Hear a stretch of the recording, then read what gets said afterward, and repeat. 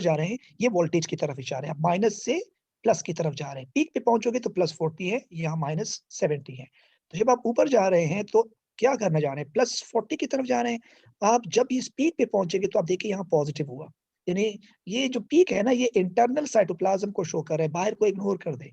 देखिए इस जगह पे अब यहाँ से लेके यहाँ तक पूरा माइनस चल रहा है, लेकिन आप जब इस जगह पे आए हैं तो ये चूंकि यहाँ पे स्टिमुलस आया है, उसने फौरन यहाँ से पॉजिटिव कर दिया, ये पॉजिटिव हुआ। ये क्या हुआ? पॉजिटिव हुआ। आई मीन ये जगह अगर पॉजिटिव होती है तो अब आयन्स की मूवमेंट कहाँ से कहाँ तक होगी? पॉजिटिव टू नेगेटिव मूवमेंट होगी, वो बात की बात है। लेकिन ये जो मेम्ब्रेन का एक जगह पॉजिटिव हुआ है, इसको हम कहते हैं एक्शन पोटेंशियल। बस फिलहाल ये, बाकी इसकी प्रोपेगेशन बाद में पड़ेगी कि एक्शन पोटेंशियल मूव कैसे करेगा। मैं सिर्फ इसकी बात कर रहा हूँ कि the reversal of the resting potential in a section of axon, पूरे एक्सॉन में नहीं हो रहा, एक खास जगह पे हो रही है। देखो ये जगह जहाँ मेरा कर्सर मूव कर रहा है, इस जगह पे एक्शन पोटेंशियल जनरेट हुआ है। और वो कैसे? क्योंकि यहाँ पे स्टिमुलस आया है मेम्ब्रेन की इस जगह पे, यहाँ पे जहाँ मेरा कर्सर है, इस जगह पे क्या है, मतलब यहाँ पे स्टिमुलस आया है और इस स्टिमुलस ने जनरेट किया है एक्शन पोटेंशियल। तो इसका मतलब है मेम्ब्रेन की वो जगह जहाँ एक्शन पोटेंशियल डेवलप हो रहा है, यहाँ पे बाहर नेगेटिव अंदर पॉजिटिव, उल्टा इसको क्या कहोगे? Action potential. मेम्ब्रेन का ये जगह इस वक्त एक्शन पोटेंशियल के दौरान है। सो एक्शन पोटेंशियल और बराबर वाला इधर भी रेस्टिंग पोटेंशियल है और इधर भी रेस्टिंग पोटेंशियल है। तो चार्ज का रिवर्सल हो जाना एक्शन पोटेंशियल होगा और ये मेम्ब्रेन के सिर्फ एक सेक्शन में होगा। यहाँ जितनी प्रोटीन चैनल है ये उसकी वजह से हो रहा है। और ये कैसे होगा, इसकी मैं आपको थोड़ा सा एक्सप्लेनेशन भी दूं कि ये पूरा मैकेनिज्म जो हो रहा है ये किस तरह होगा। मतलब ये मेम्ब्रेन का एक पार्ट है, पूरी मेम्ब्रेन का पार्ट नहीं है। अब भाई आपके पास एक्सॉन है पूरा और उस मेम्ब्रेन का एक छोटा सा सेक्शन है जिसमें प्रोटीन चैनल्स इन्वॉल्व है और वो प्रोटीन चैनल्स, इसका जो पूरा प्रोसेस है वो यहाँ पे इसको रिवर्स कर रहा है। समझाने से मुराद ये है, मुझे अभी आपको ये बताना है कि ये चैनल्स काम किस तरह कर रहे हैं, how they can work to reverse the resting potential. तो मैं आपको इस चैनल की तरफ वापस लेके जा रहा हूँ। अगर आप यहाँ प्लीज फोकस करें जरा,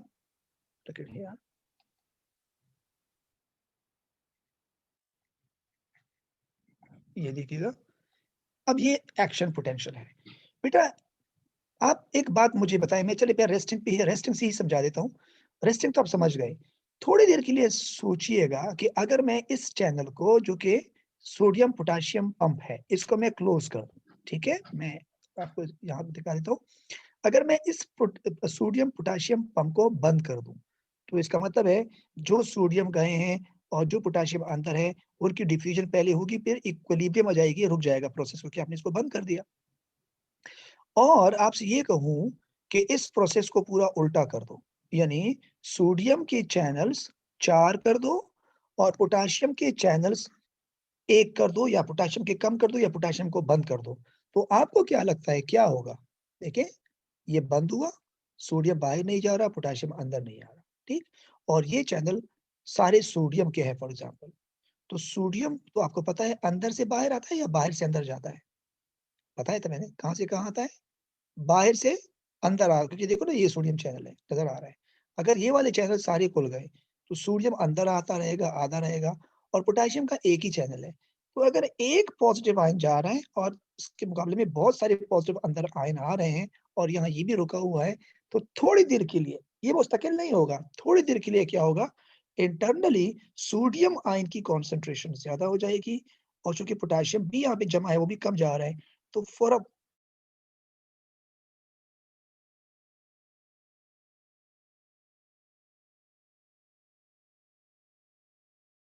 फ्रेगमेंट है मेम्ब्रेन का, तो उस जगह पे इंटरनल साइटोप्लाज्म जो है वो पॉजिटिव हो जाएगा और बाहर नेगेटिव होगा। This is called action potential. ठीक है, ये समझ रहे हो? अच्छा मैं इसको यहाँ से आपको पढ़ भी दूं। Action potential, the reversal of the, बेटा मैं इसको थोड़ा बड़ा ना कर दूं, सब सब थोड़ा सा इसको बड़ा कर लेते हैं, सही। अच्छा, the action potential, the reversal of the resting potential, that is the inside of the axon membrane become positive with respect to the outside when a stimulus arrives on short segment of the axon membrane is called inaction potential. This may occur for a short period of time, कितनी देर के लिए, ये देखिएगा, about 1 milli second, यानी 1 second के 1000वें हिस्से में ये काम हो जाता है, इतना जल्दी, बहुत fast. It only occurs in one small section of the membrane at a time. तो ये मेम्ब्रेन के सिर्फ एक सेक्शन में एक वक्त में होगा।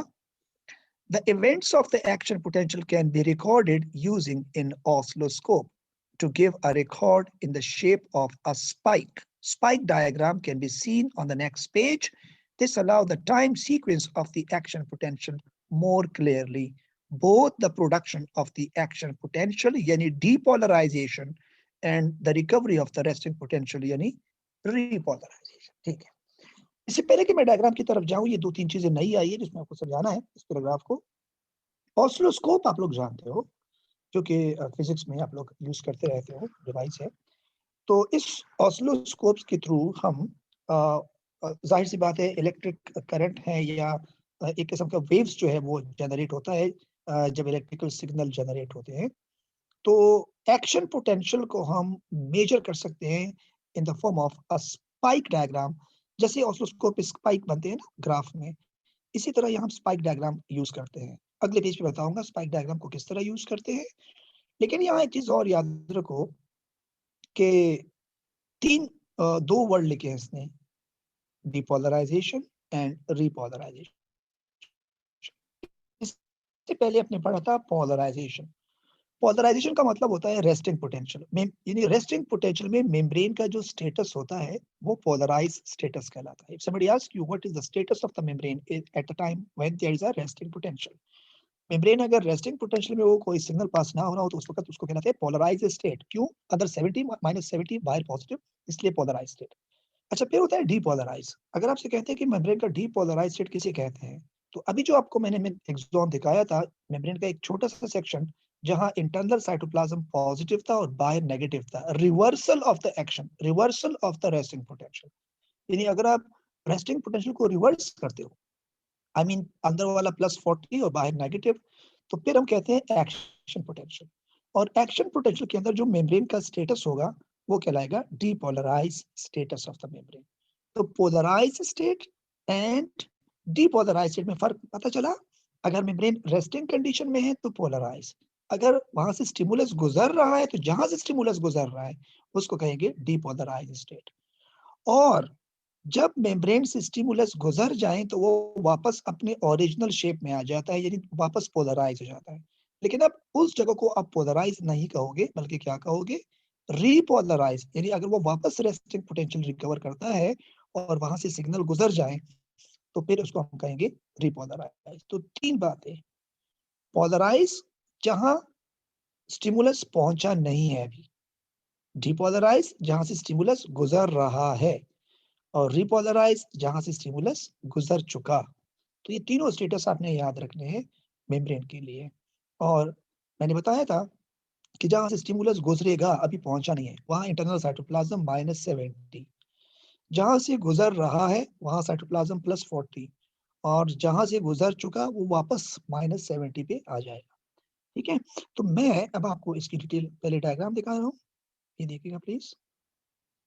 ये देखिए, बिफोर क्या था और आफ्टर क्या है, यानी ये रेस्टिंग पोटेंशियल है। रेस्टिंग पोटेंशियल देखो बहुत सारे चार्जेस बाहर पॉजिटिव है और अंदर नेगेटिव है। तो आप देख सकते हैं कि इंटरनली जो साइटोप्लाज्म है हमारा वो नेगेटिव है, और बाहर जो साइटोप्लाज्म है वो पॉजिटिव। देखो ना, ये मेम्ब्रेन है, पूरी मेम्ब्रेन के अंदर प्रोटीन चैनल है। तो इसका मतलब है मेम्ब्रेन के अंदर वाला जो साइटोप्लाज्म वाला साइड है वो नेगेटिव है, और बाहर वाला साइड जो है वो पॉजिटिव है। और ये क्यों है मैंने बताया था, क्योंकि पोटेशियम चैनल है ये वाला, और सोडियम वाला चैनल ये है, और ये है एक्टिव ट्रांसपोर्ट वाला, यानी सोडियम पोटेशियम पंप है। तो अगर आप सोडियम पोटेशियम पंप को भी बंद करें, देखो ये यहाँ भी बंद है, यहाँ हमने बंद कर दिया, सोडियम को खोल दिया और पोटेशियम को बंद कर दिया, तो क्या होगा? उल्टा होगा ना, अब सोडियम अंदर आएंगे तो ये -70 मिलीवोल्ट से किस पे आया? +30 पे या +40 पे भी हो सकता है। क्यों हुआ है? क्योंकि देखिए दिखा रहा है सोडियम आयन अंदर आ रहे हैं, पोटेशियम बंद है और इसको भी बंद किया हुआ है। तो एक्शन पोटेंशियल में थोड़ी देर के लिए क्या होता है कि आपका पोटेशियम चैनल्स भी बंद हो जाते हैं। बंद जब मैं वर्ड लगा रहा हूँ ना, बंद हो जाते हैं, तो सारे बंद नहीं होते, लेकिन मेजॉरिटी बंद हो जाते हैं। फिर भी कुछ ना कुछ चैनल खुले होते हैं, लेकिन नेट के ऊपर बात हो रही है कि नेट चार्जेस कहाँ ज्यादा होंगे। तो आप देख सकते हैं कि किस तरह ये चीज़ें काम कर रही है। थोड़ा-सा एक्नॉलेज कीजिएगा बेटा, आप लोग यहाँ तक समझ रहे हो? कोई कन्फ्यूजन तो नहीं है? अगर कोई सवाल ज़हन में है तो प्लीज़ पूछिएगा। जी बेटा, समझ रहे हो? Amna, are you getting? Hiba? Yes sir. ठीक है, ओके। चलिए आगे चलते हैं।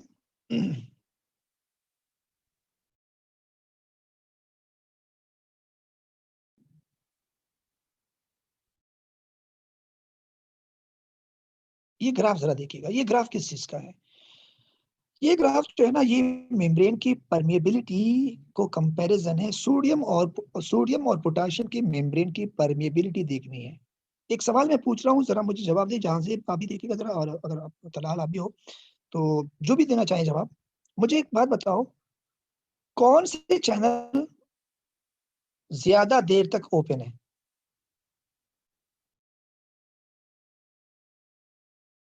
शाबाश। Sir sodium. गलती कर गए ना बेटा। पोटेशियम। टाइम नीचे है। हाँ, देखो टाइम नीचे है। इसका मतलब ये देखो, मैंने आपसे ये नहीं पूछा कौन सी चैनल ज़्यादा है। अगर मैं ज़्यादा चैनल की बात करूँ तो फिर सोडियम है, क्योंकि वो वोल्टेज ज़्यादा जनरेट कर रहा है। लेकिन कौन से चैनल ज़्यादा देर तक खुले हैं, तो उसकी अगर हम बात करेंगे तो वो पोटेशियम है, क्योंकि वो देखिए ना, इसका ग्राफ देखिए, ये अगर यहाँ से चैनल्स खुलते हैं और यहाँ पे बंद होते हैं तो ये टाइम पीरियड है। इसके चैनल यहाँ से खुलना शुरू हुए और यहाँ पे जाके बंद हो रहे हैं। तो इसका मतलब ये है कि पोटेशियम चैनल ज़्यादा देर तक खुले हुए हैं। ठीक है? एक तो ये बात याद रखो। अच्छा, दूसरी बात ये है कि फॉर एग्ज़ाम्पल ये रेस्टिंग पोटेंशियल है यहाँ पे, और जब यहाँ पे एक्शन पोटेंशियल आएगा, तो एक्शन पोटेंशियल के आते हुए देखिए ना, पोटेशियम भी सारे बंद नहीं है। मैंने कहा था पोटेशियम बंद हो जाएगा। तो मतलब ये है कि पोटेशियम के अगर 50 चैनल है तो 30 बंद है, 20 काम कर रहे हैं, और इसके 50-50 खुले हैं। तो इसके चैनल ज़्यादा चैनल की वजह से सोडियम ज़्यादा जा रहा है और पोटेशियम बाहर कम जा रहा है। तो इसलिए नेट डिफरेंस क्या है? पॉजिटिव हो गया, प्लस 30 मिलीवोल्ट हुआ। लेकिन ज्यों ही वक़्त गुज़र रहा है, इतनी देर में जब वो एक्शन वहाँ से गुज़र रहा होगा, तो सोडियम चैनल जितने ज़्यादा थे, वो बंद जल्दी हो जाते हैं। मतलब 50 चैनल थे लेकिन जल्दी बंद हो रहे हैं। और सोडियम चैनल जिस वक़्त मतलब यहाँ पे पहुँचे हैं बंद होते, जब तक पोटेशियम के और भी चैनल खुल रहे हैं। तो एक बात बताओ मुझे, अगर मैं इस जगह पे आ जाऊँ, देखें इस जगह पे, नॉर्मल जगह, तो यहाँ इस वक़्त सोडियम के चैनल ज़्यादा हैं या पोटेशियम के? इस जगह पे।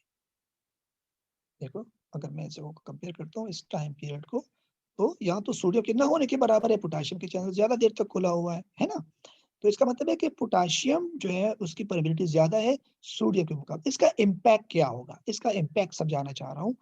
आप पहले ये चीज़ समझ लें कि सोडियम की तादाद ज़्यादा थी, लेकिन पोटेशियम ज़्यादा देर तक खुले रहे। इसका ये बहुत ही की फैक्टर है। अगले वाले ग्राफ में समझा देता हूँ, उसको ज़रा देखिएगा please.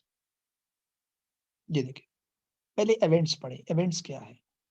The following sequence of events occur during an action potential. 4 mark का इसमें या 5 मार्क का इसमें सवाल आता है, एक्शन पोटेंशियल की इवेंट्स बताएं। So a stimulus causes a sudden increase. Stimulus आएगा तो वो इंक्रीज करेगा परमेबिलिटी में, किसके लिए? Of the axon membrane to sodium के लिए ज्यादा हो जाएगी by opening the sodium gates. Of course sodium gates खोलेंगे तो सोडियम तो अंदर आएंगे। Sodium ions diffuse rapidly into the axon down an electrochemical gradient, क्योंकि बाहर ज्यादा थे, सोडियम पोटेशियम ने सोडियम को बाहर ज्यादा भेजा हुआ था। As these are positively charged, they begin to make the inside of the axon positive. That is, मतलब क्या हुआ? To depolarize the membrane. This depolarization causes even more sodium gates to open and even more sodium ions to enter. Positive feedback. आपको पता है कि अंदर sodium का channel खुलवाने के लिए आपको मेम्ब्रेन की जो क्या उसे कहते हैं, वोल्टेज है, वो -70 से जब आप -50 पे आते हैं तो और सोडियम चैनल खुलते हैं, उससे और पॉजिटिव होगा, और इस तरह सोडियम की तादाद बहुत तेजी से बढ़ती है और इंटरनल साइटोप्लाज्म पॉजिटिव की तरफ जा रहा होता है। सो कहते हैं eventually the potential difference of the inside of the membrane is reversed from -70 millivolt to approximately +40 millivolt. यहाँ पे आपका एक्शन पोटेंशियल खत्म हुआ बस। This is called in action potential. तो 3 बातें आपने बताई, स्टिमुलस आया, मेम्ब्रेन की परमेबिलिटी को रिवर्स किया, सोडियम आयंस के चैनल ज्यादा खुल गए, सोडियम अंदर आ रहा है, उसके अंदर आने से और सोडियम चैनल खुले, पॉजिटिव इंपैक्ट है इसका, पॉजिटिव फीडबैक है। इंटरनल साइटोप्लाज्म बहुत ज्यादा पॉजिटिव हुआ, इसको हम कहते हैं डिपोलराइजेशन, +40 पे चला गया। ठीक है। सो ये आपका हो गया दिस। अच्छा, अब ये पूरी मेम्ब्रेन में तो नहीं होगा ना, मेम्ब्रेन की एक जगह पे हो रहा होगा, तो जिस मेम्ब्रेन की जिस सेगमेंट पे हो रहा होगा हम कहें कि यहाँ एक्शन पोटेंशियल है। और जहाँ ये एक्शन पोटेंशियल अभी आगे ट्रैवल करेगा, वो कैसे ट्रैवल करेगा वो बाद में बताऊंगा। लेकिन जिस वक्त एक्शन पोटेंशियल जनरेट होता है उस जगह को हम कहते हैं कि ये मेम्ब्रेन का डीपोलराइज पार्ट है, और उनके दोनों तरफ फिलहाल मेम्ब्रेन क्या है, पोलराइज स्टेट में है। अच्छा, अब positively charged potassium ion diffuse rapidly out of the axon, ठीक है, सॉरी बल्कि ये है ना, the membrane now become less permeable to sodium ion। क्यों परमिएबल? क्योंकि इतना सारा सोडियम अंदर आ गया, जितने सोडियम को अंदर आना था वो सारे चैनल्स तकरीबन खुल गए थे, और जाहिर सी बात है इंटरनल साइटोप्लाज्म +40 पे चला गया। अच्छा, ये जो +40 का समझ लो कि इसका जो वो है वोल्टेज है +40, ये सोडियम के लिए फिर स्टिमुलस होता है और सोडियम के चैनल्स को बंद करना शुरू करता है, लेकिन सोडियम के चैनल +40 पे आहिस्ता आहिस्ता बंद होना शुरू हो जाते हैं। At the same time permeability to potassium ion increases. ये देखिएगा,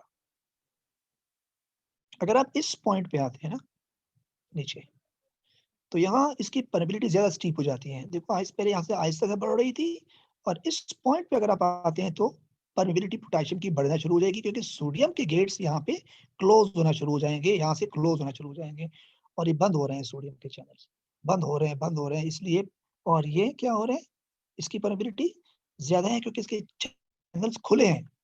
मैं ये नहीं कहूंगा कि और पोटेशियम चैनल खुल रहे हैं, पोटेशियम के चैनल यहाँ सारे खुले हैं, ठीक है ना, लेकिन इसकी परमेबिलिटी ज्यादा देर तक होगी, स्लो मूवमेंट है, ये जितनी तेजी से जा रहे हैं उतनी तेजी से बंद हो रहे हैं। इसके इसके चैनल आहिस्ता आहिस्ता खुल रहे हैं, परमेबिलिटी बढ़ रही है, और ये नीचे आ रहे हैं। तो इसका मतलब ये हुआ कि जब इसको ये यहाँ से क्रॉस कर देगा, नीचे आ जाएंगे, तो सोडियम के चैनल कम और पोटेशियम के चैनल ज्यादा। अब बताओ मेम्ब्रेन क्या वापस नेगेटिव हो जाएगा या नहीं? क्योंकि अब आप पोटेशियम चैनल ज्यादा खुल गए हैं और सोडियम कम, तो पोटेशियम अगर ज्यादा खुले होंगे तो पोटेशियम क्या कर रहा है, पॉजिटिव चार्जेस को कहाँ भेज रहे हैं, बाहर भेज रहे हैं। यहाँ एक बड़ी इंटरेस्टिंग बात बताता हूँ कि यहाँ सिर्फ सोडियम चैनल बंद नहीं होते, बल्कि दो चीजें होती हैं, सोडियम चैनल बंद भी हो रहे हैं, पोटेशियम के चैनल ओपन भी हो रहे हैं, और सोडियम पोटेशियम पंप भी काम करना शुरू कर देगा। तो अगर सोडियम पोटेशियम पंप काम करना शुरू करेगा, तो इसका मतलब है ज्यादा सोडियम बाहर जा रहे हैं और ज्यादा पोटेशियम बाहर जा रहे हैं डिफ्यूजन से, तो पॉजिटिव चार्ज ने फिर बाहर चलना शुरू कर दिया, और मेम्ब्रेन आपका वापस नेगेटिव हो जाएगा। अब इस जगह को मेम्ब्रेन को आप पोलराइज नहीं कहोगे, बल्कि कहोगे रिपोलराइज, क्योंकि यहाँ से एक्शन पोटेंशियल गुजर गया। तो मतलब ये हुआ, यहाँ मेम्ब्रेन क्या है, पोलराइज है, यहाँ मेम्ब्रेन क्या है, डिपोलराइज है, और यहाँ मेम्ब्रेन क्या है, रिपोलराइज है। समझ रहे हो, समझ रहे हो बेटा?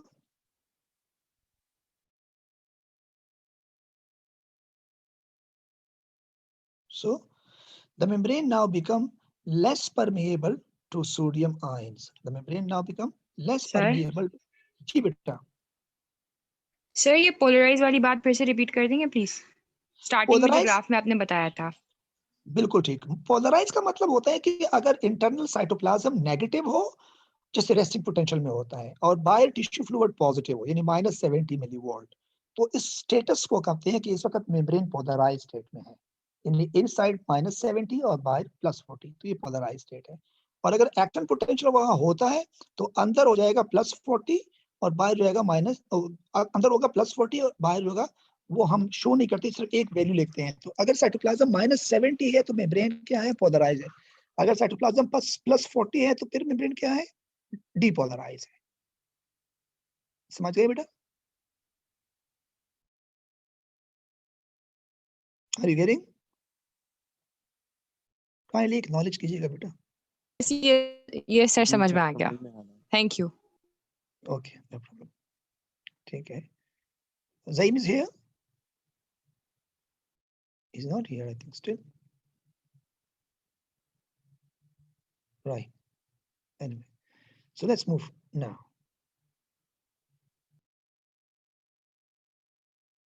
Now the permeability now become less, the membrane now become less permeable to sodium ion as sodium gets closed. At the same time, permeability to potassium ion increases as potassium gets open. This can be seen in the lower graph, a large increase in permeability to sodium is followed by a decrease in the permeability to sodium. पहले क्या होगा, large increase होगा sodium के लिए, फिर फौरन decrease होना शुरू हो जाएगा, and an increase in permeability to sodium. ये देखिएगा, large increase in the permeability of sodium, and then simultaneously decrease in the permeability of sodium and an increase in the permeability of potassium. ठीक है, देखिएगा. अब मैं आपको इसको एक और ग्राफ से भी दिखाऊंगा. ये देखिएगा, let's clear graph now. Yes, ये टाइम है हमारे पास और ये वोल्टेज है. तो देखिए ये रेस्टिंग पोटेंशियल है, यहाँ से रेस्टिंग पोटेंशियल गुजर रहा है -70 मिलीवोल्ट. मेम्ब्रेन डीपोलराइज है इस वक्त, तो सॉरी पोलराइज है मेम्ब्रेन. यहाँ पर यहाँ आया स्टिमुलस, जो ही स्टिमुलस आएगा तो डीपोलराइजेशन शुरू हो जाएगी, यानी एक्शन पोटेंशियल चल रहा है, वोल्टेज साइटोप्लाज्म का बढ़ रहा है, +40 की पीक पे आ गए आप. जब आप पीक पे आते हैं वापस रिपोलराइजेशन शुरू हो जाएगी, यानी मेम्ब्रेन वापस आप फिर -70 की तरफ जा रहे हैं, और इस वक्त क्या हो रहे हैं, सोडियम चैनल बंद हो रहे हैं और पोटाशियम चैनल जो है वो खुल रहे हैं. तो पोटाशियम चूंकि मेम्ब्रेन को नेगेटिव की तरफ लेके जा रहा है और सोडियम जब बंद हो रहा है तो वो भी मेम्ब्रेन को नेगेटिव की तरफ जा रहा है, इसलिए सोडियम का बंद होना और पोटाशियम का खुल जाना इस मेम्ब्रेन को +40 से 70 की तरफ लेके आ रहा है. जब आप 70 पे पहुंचते हैं तो रिस्टोर हो जाना चाहिए था, लेकिन ये अभी भी मजीद नेगेटिव जा रहे हैं, मजीद नेगेटिव, यहाँ तक कि ये -40 या -50 पे आ जाता है. इसे कहते हैं हाइपर पोलराइजेशन. अच्छा, ऐसा क्यों होता है, हाइपर पोलराइजेशन क्यों होती है, भी वो समझाने जा रहा हूं मैं. थोड़ी देर पहले मैंने आपसे एक बात शेयर की कि कौन से चैनल ज्यादा देर तक खुले होते हैं, सोडियम या पोटाशियम. बेटा जवाब दिया करे, एक तो माइक का इस्तेमाल किया करे यार, कौन बार बार मैसेज खोल के देखेगा जी. कौन से चैनल ज्यादा, बोलिएगा. मैंने आपको थोड़ी देर पहले क्या बताया था कि कौन से चैनल ज्यादा देर तक खुले होते हैं, सोडियम चैनल या पोटाशियम चैनल, ज्यादा देर तक कौन सा खुला होता है? पोटाशियम. ठीक है, और पोटाशियम का काम क्या होता है, वो आयंस बाहर भेज रहा है या अंदर लेके आ रहा है? बाहर भेज रहा है. तो जब वो बाहर भेज रहा है तो इनर साइटोप्लाज्म को वो पॉजिटिव बना रहा है या नेगेटिव बना रहा है? नेगेटिव बना रहे हैं ना. जब आप पोटाशियम को बाहर भेजेंगे तो अंदर साइटोप्लाज्म नेगेटिव होगा. अब आप देखें, अगर सोडियम यहाँ से बंद हो रहा है और पोटाशियम के चैनल खुल रहे हैं और वो ज्यादा देर तक खुले होंगे, तो आपको नहीं लगता कि ये साइटोप्लाज्म को ज्यादा नेगेटिव कर देगा, क्योंकि इसका टाइम ज्यादा है. पोटाशियम मतलब इस जगह पे अगर आके पोटाशियम चैनल सारे बंद हो जाते तो फिर तो काम पूरा हो जाता, -70 ही मेंटेन रहता. लेकिन सोडियम चैनल यहाँ से खुलना शुरू हुए थे और यहाँ तक सारे बंद हो गए थे. इसी तरह अगर आप पोटाशियम की बात करते हैं तो पोटाशियम यहाँ पे बंद नहीं हुए, बट स्टिल अभी चल रहे हैं. और जी बच्चों, यू गेटिंग द कॉन्सेप्ट्स? कोई ऐसी कंफ्यूजन तो फिलहाल नहीं है? अगर कोई ऐसी चीज है तो प्लीज मुझसे शेयर कीजिएगा, फिर मैं दोबारा इसको यहीं से स्टार्ट लेता हूँ. If you have some question in your mind you can ask me. Clear है, समझ आ रहा है? काइंडली एक्नॉलेज कीजिएगा बेटा. Yes sir. कोई कंफ्यूजन तो नहीं है? No sir. Everything is clear. क्या नाम है, असना बेटा, समझ रहे हो? हाँ, काइंडली एक्नॉलेज कीजिएगा.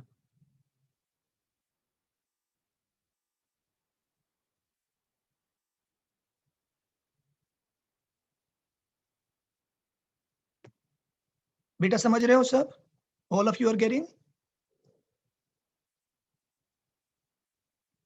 Talha, you here? यूशा? जी सर. जी आ गई समझ.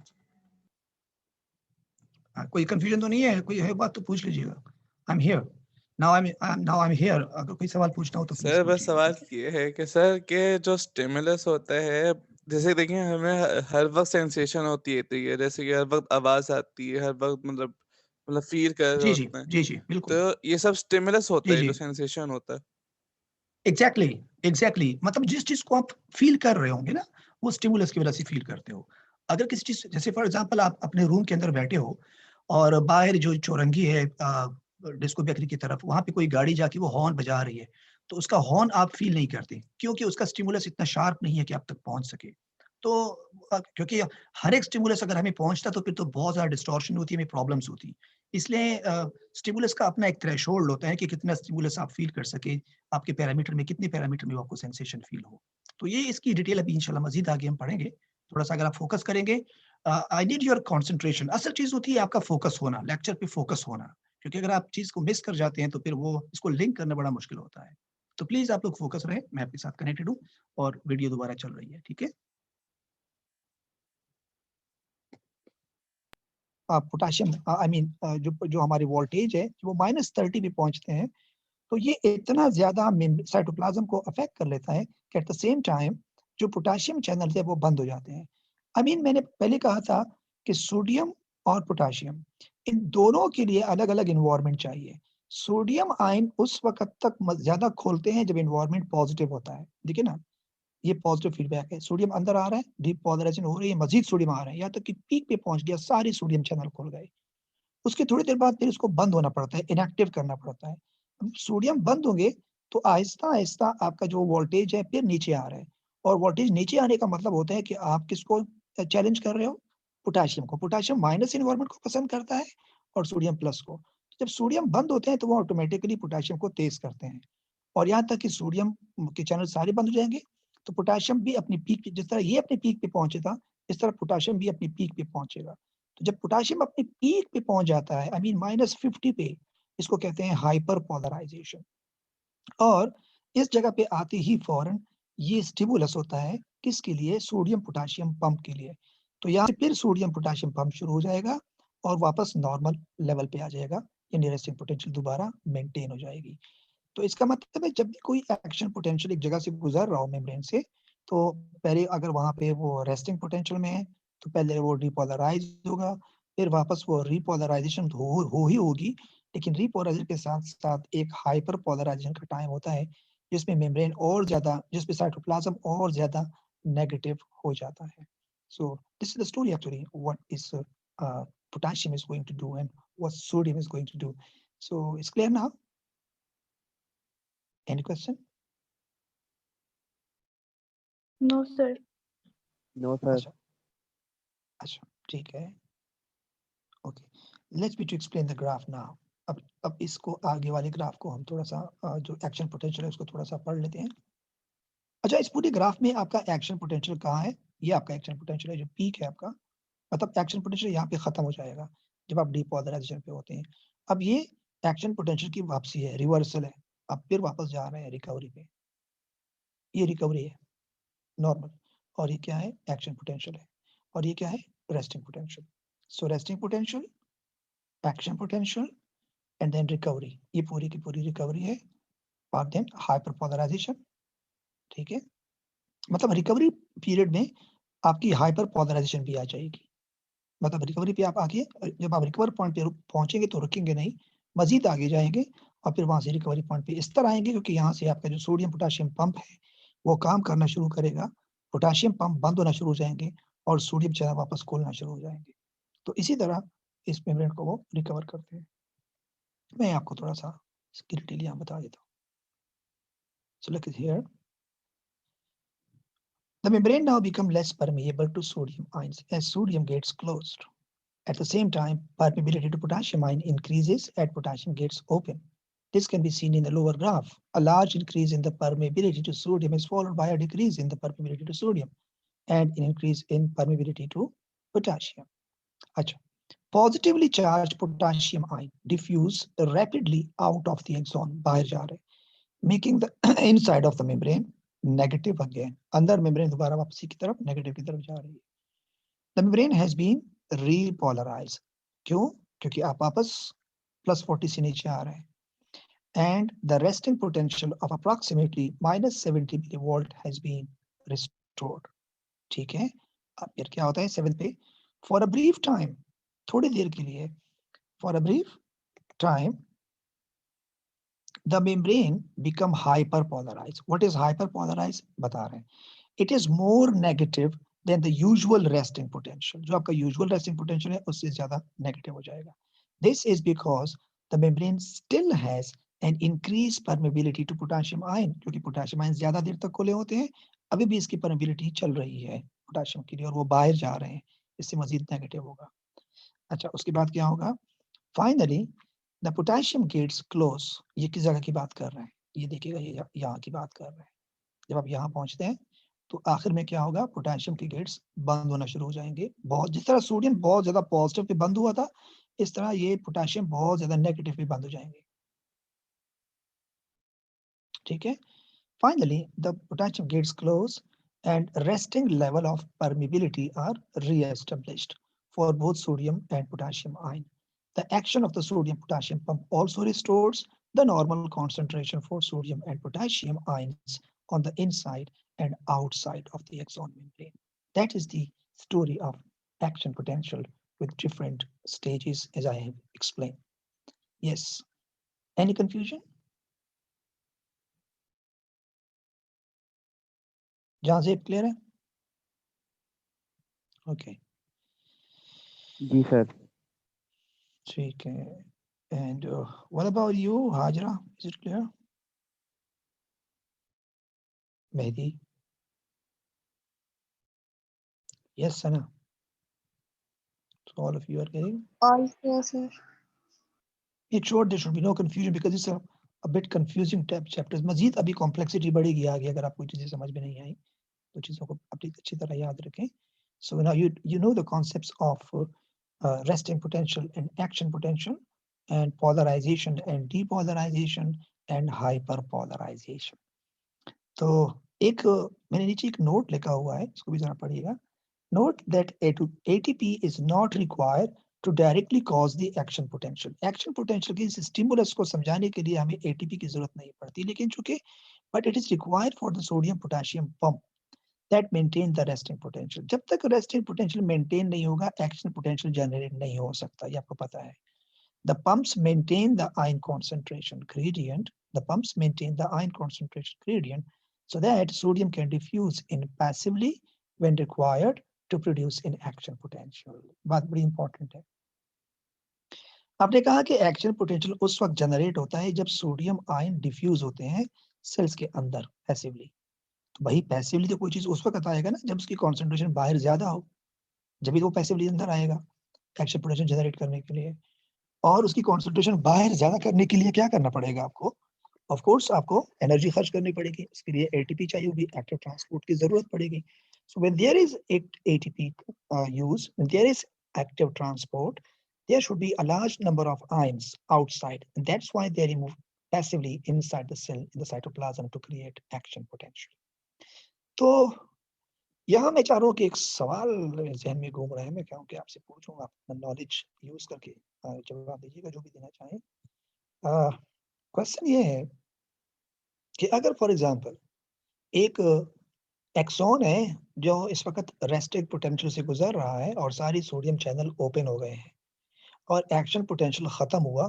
जो ही खत्म हुआ, आई मीन सोडियम चैनल वापस बंद हो रहे हैं और पोटेशियम चैनल खुल रहे हैं, मतलब रिकवरी स्टेज चल रहा है. ठीक है, सवाल जरा अच्छी तरह सुन लीजिएगा. मैं तलाल आप भी सुन लो, मैं ग्राफ दिखा देता हूँ.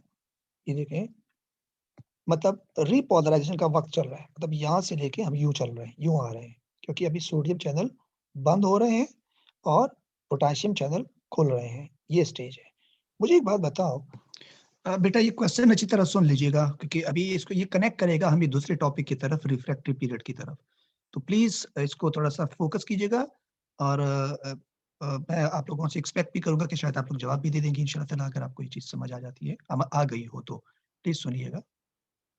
अगर इस वक्त इस स्टेज के अंदर मैं इस मेम्ब्रेन पे कोई स्टिमुलस पास करूंगा तो वो स्टिमुलस एक्शन पोटेंशियल कॉज करेगा या नहीं करेगा रिकवरी स्टेज के दौरान? जी बेटा, सवाल समझ गए मेरा? सवाल क्या है? सवाल ये है कि अगर फॉर एग्जांपल इस वक्त एक स्टिमुलस है और इस स्टिमुलस ने इस मेम्ब्रेन को डीपोलराइज कर दिया है. डीपोलराइज क्यों? क्योंकि सोडियम आयंस जो है वो अंदर आ रहे हैं और अंदर का साइटोप्लाज्म +40 की तरफ जा रहा है. जब आप पीक पे पहुंचते हैं +40 मेम्ब्रेन, इस वक्त आपका जो मेम्ब्रेन है वो क्या है? डीपोलराइज है. उसके बाद ये सोडियम चैनल वापस क्या हो रहे हैं? बंद हो रहे हैं और पोटेशियम अंदर आ रहा है. मतलब इस वक्त आपका मेम्ब्रेन रीपोलराइजेशन से गुजर रही है. अच्छा, इस वक्त अगर मेम्ब्रेन के इस कंडीशन पे कि एक मेम्ब्रेन का एक सेगमेंट है जहां ये रिपोलराइजेशन या डिपोलराइजेशन चल रही है, अगर मैं फौरन एक और स्टिमुलस दूंगा तो क्या वो डिटेक्ट होगा या नहीं होगा? ये सवाल है मेरा, सिंपल सा। आपके ज़हन में कोई जवाब है तो प्लीज शेयर कीजिएगा, अगर नहीं है तो भी पूछिएगा, मैं समझा देता हूँ, कोई मसला नहीं है। ठीक। Any one of you, please.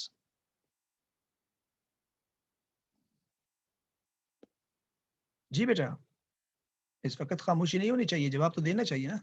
कोई भी जवाब हो, भले वो गलत हो, कोई मसला नहीं है, मैं आपको करेक्ट करा दूंगा, शेयर कर सकूंगा आपके साथ। जी प्लीज। तलहा, यूशा, फरवा, आपसे मैं एक्सपेक्ट कर रहा हूँ कि कुछ ना कुछ तो आप पार्टिसिपेट करेंगे ना, आंसर देंगे। ज़ैनब, सर नहीं होगा। वजह क्या है यूशा, क्यों नहीं होगा? सर वजह ये है कि स्टिमुलस करने के लिए, स्टिमुलस डिटेक्ट करने के लिए रेस्टिंग पोटेंशियल होना जरूरी है। वाओ, एक्सीलेंट, एक्सीलेंट, बिल्कुल सही कह रहे हो, क्योंकि सही आपके कहा। मेम्ब्रेन, बिल्कुल आपका मेम्ब्रेन उस वक्त कोई एक्शन पोटेंशियल, जब तक मेम्ब्रेन आपका वापस रेस्टिंग पोटेंशियल में ना आया हो, ये कैसे मुमकिन है कि आप एक्शन पोटेंशियल जनरेट करें? इसका जो डिटेल में आंसर है वो ये है। मुझे एक बात बताओ यूशा, फॉर एग्जांपल हम यहाँ हैं इस वक्त, ठीक है ना? इस वक्त आपके पास सोडियम चैनल सारे बंद होना शुरू होंगे, खुल चुके थे, बंद होना शुरू होंगे ना? आप अगर यहाँ एक और स्टिमुलस देते हैं, तो स्टिमुलस के अंदर होता क्या है, सोडियम के चैनल खुलते हैं, और सोडियम के चैनल तो सारे खुले हुए हैं ना यार, अब वो बंद हो रहे हैं, और जब तक वो सारे चैनल बंद नहीं होंगे और उसके बाद एक्टिव नहीं होंगे, दूसरा एक्शन पोटेंशियल नहीं आता। ये याद रखो कि चैनल्स बंद होना भी जरूरी होते हैं, और जब वो बंद हो जाए तब फौरन खुलते भी नहीं है, उनको थोड़ा सा एक्टिवेशन टाइम भी मिलना है। यानी मैं अगर आपसे कहूं कि फॉर एग्जाम्पल ये देखो नीचे, मैं ये जो नीचे है ये टाइम है। अब इस वक्त अगर मैं आपसे कहूं कि आपका एक्शन पोटेंशियल यहाँ से शुरू हुआ इस टाइम पे, तो इस टाइम पे तक आके जब तक इस दौरान कोई दूसरा स्टिमुलस नहीं आ सकता, क्योंकि आपका मेम्ब्रेन वापस रेस्टिंग स्टेज पे यहाँ आया हुआ है इस जगह पे। तो यहाँ दूसरा एक और पीक अगर जनरेट होगा तो वो यहाँ जनरेट होगा, इससे इस पीक के फौरन बाद दूसरा पीक नहीं आ सकता। तो यही डिस्कशन अभी बच्चों से मैंने की है, उसका जवाब भी मैं दे रहा हूँ, आप इसको जरा अच्छी तरह से और समझने की कोशिश करें प्लीज।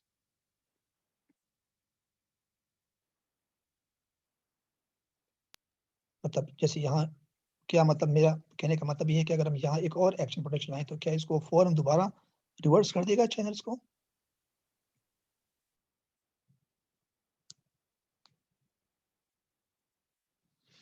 ये भी आपकी तरह है, खामोश बैठे हुए हैं। तलाल कह रहे हैं नो। इसका रीजन क्या होगा तलाल, क्यों एक्शन पोटेंशियल यहाँ जनरेट नहीं हो सकता?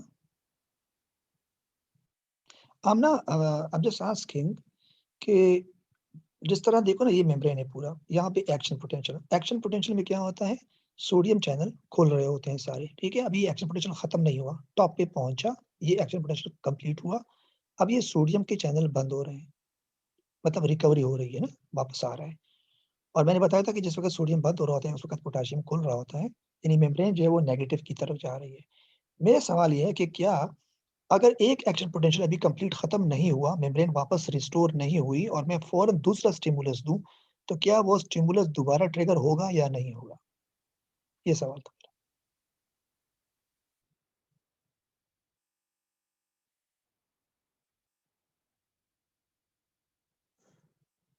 हाँ आमना, इसका जवाब क्या है, क्यों नहीं होगा? तलाल, आपका मैं समझा नहीं, इंस्टेंट का मतलब क्या होता है? What do you want to be explain? अच्छा, नो आइडिया, मैं बताया तो, ठीक है। देखो आमना कह रही है क्योंकि रिकवरी अभी नहीं हुई पूरी तरीके से। देखिए मैं बताता हूँ, चलिए आप लोग जरा, एक तो आप लोग जो माइक यूज नहीं करते ना, इससे बड़ा मसला होता है, इसलिए मैं कहता हूँ जरा माइक में जवाब देंगे तो जरा आसानी हो जाती है। आप लोग चैट में लिख रहे हो, देखो एक बात बताओ, एक्शन पोटेंशियल आप कहते हैं किस चीज को, कौन से चैनल्स के खोलने को कहते हो? तलाल जल्दी जवाब दो। एक्शन पोटेंशियल का वर्ड जब लगते हैं तो कौन से चैनल के खोलने की तरफ इशारा है? सोडियम की, है, ठीक है। अब आप मुझे बताओ, अगर आपके सारी चैनल सोडियम के बंद है, आई मीन सॉरी खुले हुए हैं, आप यहाँ पे है ना, खुले हुए हैं, और उन्हें बंद होना शुरू किया, तो अभी तो पहले सोडियम के सारे चैनल पहले बंद होंगे, फिर वो एक्टिव होंगे। देखो पहले सोडियम चैनल बंद होते हैं, फिर उसको थोड़ा सा टाइम चाहिए होता है एक्टिव करने के लिए, और जब वो एक्टिव हो जाएंगे फिर वो स्टिमुलस को डिटेक्ट करेंगे। अभी आपके चैनल सारे यहाँ पे बंद खोल पड़े हैं और आपने बंद होना शुरू हो गए, अभी 20% भी बंद नहीं है और आप दोबारा एक्शन पोटेंशियल दे रहे हो, तो वो एक्शन पोटेंशियल वो जो चैनल बंद हो रहे हैं उसको दोबारा फौरी तौर पे जल्दी थोड़ी खोल देंगे। याद रखो एक टाइम डिले होगा, पहले ये चैनल सारे कंप्लीटली बंद होंगे और फिर बंद होने के बाद थोड़ा सा उसको एक्टिव करने के लिए भी टाइम चाहिए होगा, फिर स्टिमुलस आएगा। इसका मतलब ये है कि इस जगह से लेके इस जगह तक, मेरे कर्सर को देखो, इस जगह से लेके इस जगह तक कोई दूसरा एक्शन पोटेंशियल जनरेट नहीं हो सकता। ये पूरा पहले कंप्लीट होगा। अब यहाँ पे आप दोबारा -70 पे आ गए ना, अब आप कोई स्टिमुलस देंगे तो वो ट्रिगर करेगा। मतलब 1 मिलीसेकंड से लेके 5 मिलीसेकंड तक। अगर मैं उसको नीचे टाइम सॉरी टाइम नीचे दिया है ना, टाइम जरा नीचे करूँ, यस, देखिए तकरीबन 1 से लेके 5 तक मैं समझूंगा, यानी 4 मिलीसेकंड का टाइम है, 1 2 3 4, जिसमें कोई दूसरा एक्शन पोटेंशियल ट्रिगर नहीं हो सकता, क्योंकि सोडियम के चैनल्स को वापस रिस्टोर करने में, पोटेशियम चैनल को वापस रिस्टोर करने में टाइम लगेगा। मेरे ख्याल में आप मेरी बात समझ रहे हैं।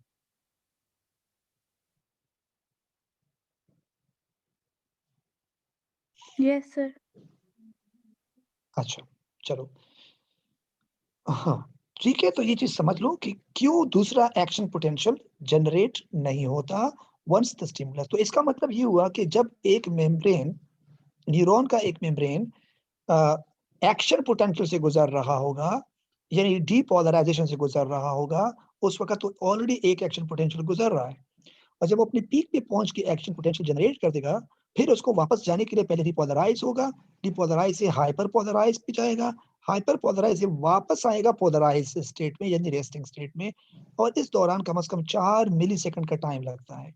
अब जाके दूसरा स्टिमुलस आएगा तो एक्शन पोटेंशियल जनरेट होगा, वरना नहीं होगा। ये बात समझ रहे हो बेटा? सबको समझ आ रहा है? जी सर। अच्छा, जी अच्छा सर। अब इसको यूं पढ़ो कि ये जो बीच में डिले टाइम है ना, ये जो डिले है जिसमें एक्शन पोटेंशियल जनरेट नहीं हो सकता, उसको क्या नाम देते हैं? देखो नीचे लिखा हुआ है, क्या लिखा हुआ है नीचे? Refractory period. ये रिफ्रैक्टरी पीरियड है, यानी रिफ्रैक्टरी पीरियड वो गैप पर कोई भी दूसरा स्टिमुलस ट्रिगर नहीं होता, यानी आपके नर्वस सिस्टम को दूसरा मैसेज नहीं पहुंचेगा जब तक ये पहला मैसेज इंटरप्रेट नहीं होगा।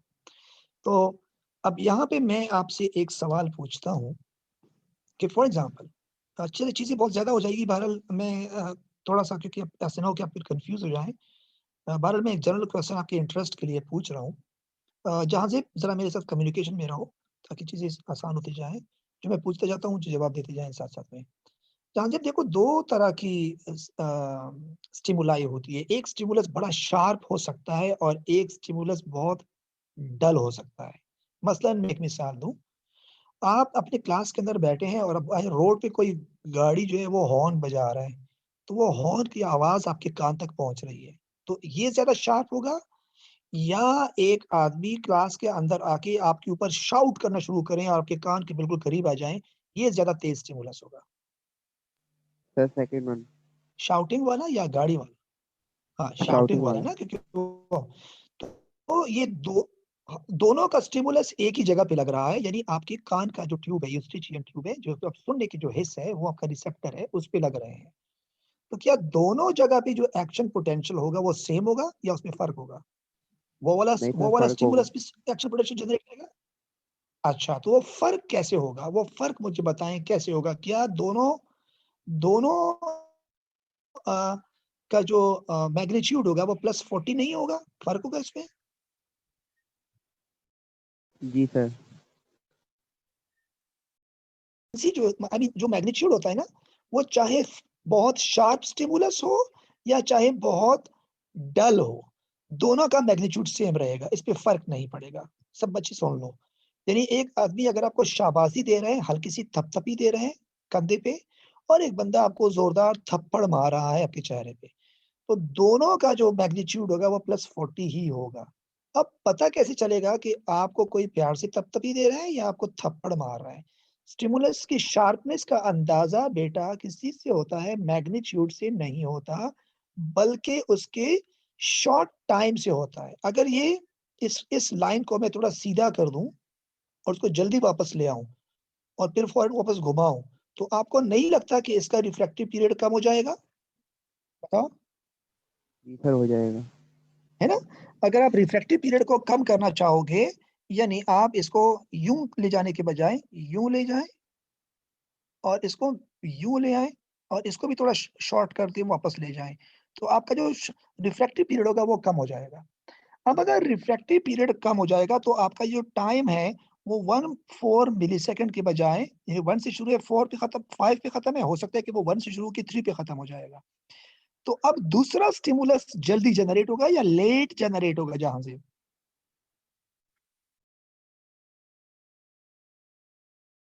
सर जल्दी होगा। क्योंकि आपने टाइम कम कर दिया ना, दूसरा स्टिमुलस जल्दी जनरेट होगा। तो ज्यादा स्टिमुलाएं, ज्यादा action potential per unit time का मतलब होता है फ्रीक्वेंसी। आप जानते हैं नंबर ऑफ वेव्स पास पर सेकंड, जितनी ज्यादा वेव्स होती है पर सेकंड में उतनी फ्रीक्वेंसी होती है। तो जब आप इसका जी सर। जब आप इसकी वो कम करेंगे रिफ्रैक्टिव पीरियड, तो कम टाइम में हमारे पास एक्शन पोटेंशियल पास होगा। और इसका मतलब है कि अगर अभी 4 मिलीसेकंड के अंदर एक एक्शन पोटेंशियल है, यानी एक बार सिर्फ स्टिमुलस गुजर सकता है, तो अगर आप 2 या 2.5 मिनट पे आते हो, 2.5 मिलीसेकंड पे आते हो, तो उसी देर में आपके पास 2 फ्रीक्वेंसीज आ जाएगी। आई मीन 2 एक्शन पोटेंशियल की पीक बन जाएंगे। ये बात समझ रहे हो ना? जी सर। हाँ। अच्छा, अब किसी भी स्टिमुलस की जो शार्प, बेटा यहाँ मैं असल में ये समझाना चाह रहा हूँ आप लोगों को कि जो शार्प स्टिमुलस होता है, जिसका जो बहुत इंटेंस होगा, उसके अंदर मल्टीपल एक्शन पोटेंशियल जनरेट होते हैं, जल्दी जल्दी जनरेट होते हैं। और जाहिर सी बात है, एक्शन पोटेंशियल जल्दी जनरेट करने के लिए आपके पास रिफ्रैक्टिव पीरियड शॉर्ट होना चाहिए ताकि मेम्ब्रेन जल्दी रिस्टोर हो। तो आप अगर मेम्ब्रेन जहां पे एक्शन पोटेंशियल हो, अगर उसकी रिकवरी टाइम कम हो जाए, तो आप उसी मेम्ब्रेन से कम वक्त में एक बहुत ज्यादा एक्शन पोटेंशियल गुजार सकते हो। तो the greater the number of action potential per unit time, the more sharper the stimulus. तो मतलब ये हुआ कि स्टिमुलस जो हमें फील होता है, मतलब आपको जो पेन होता है, पेन का एक लेवल है, कम पेन, फिर उससे ज्यादा पेन और ज्यादा पेन, जितना पेन बढ़ रहा है या जितना आपको कोई चीज का एहसास होता है, सुन रहे हैं, स्टिमुलस है, या कोई चीज शार्प लाइट आपकी आंखों पे पड़ रही है, डिम लाइट है, फिर टॉर्च की लाइट है, फिर सन लाइट है, तो स्टिमुलस एक्सटेंड होता जा रहा है, एक्सटेंड होता जा रहा है, उसकी जो इंटेंसिटी है वो बढ़ रही है। ऐसे केस में जो ये जो आपकी फ्रीक्वेंसी होगी इम्पल्स की, एक्शन पोटेंशियल की, ये तेज होती जाएगी, मतलब ज्यादा पीक्स करीब करीब होंगे। इसका मतलब ये होगा कि एक स्ट्रॉन्ग स्टिमुलस गुजर रहा है। और अगर एक वीक स्टिमुलस होगा तो उसका रिकवरी पीरियड बहुत ज्यादा होता है और इस तरह आहिस्ता आहिस्ता एक एक पीक जनरेट होता है।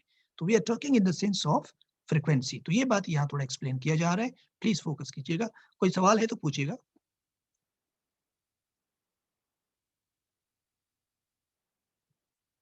अच्छा ठीक है, सो आप प्लीज वीडियो सुनिएगा,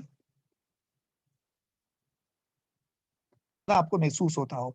उसका ताल्लुक मैग्नीट्यूड से नहीं होता, ये हमेशा +40 का होगा, चाहे लाइटर हो चाहे शार्प हो। इसका ताल्लुक होता है फ्रीक्वेंसी से, कि 1 मिलीसेकंड के अंदर या 2 या 3 मिलीसेकंड के अंदर कितने एक्शन पोटेंशियल गुजर रहे हैं।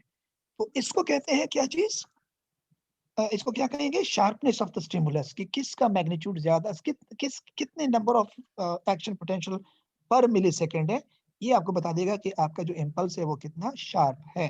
यानी जिस आदमी को आप थप्पड़ मारते हैं उसके एक्शन पोटेंशियल ज्यादा तेजी से, इतनी देर में ज्यादा पीक्स होंगे। जिस आदमी को और ज्यादा तेज मारोगे उसकी और ज्यादा पीक्स हो जाएंगे। और जितना आप इसको, जैसे आप पियानो बजा रहे हैं, आपके हाथ के फिंगर जो है वो बहुत हल्की हल्की मूव कर रहे हैं, तो उसके ऐसा एक पीक आपको 4 या 5 मिलीसेकंड में मिलेगा, क्योंकि उसका स्टिमुलस बहुत शॉर्ट होगा।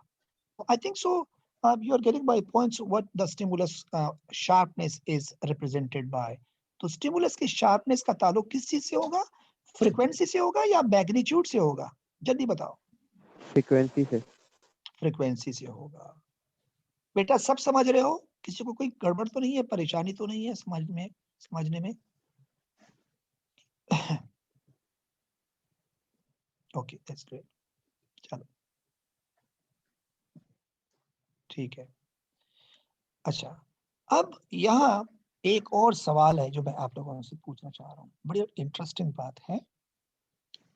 बेटा एक बात मुझे बताओ,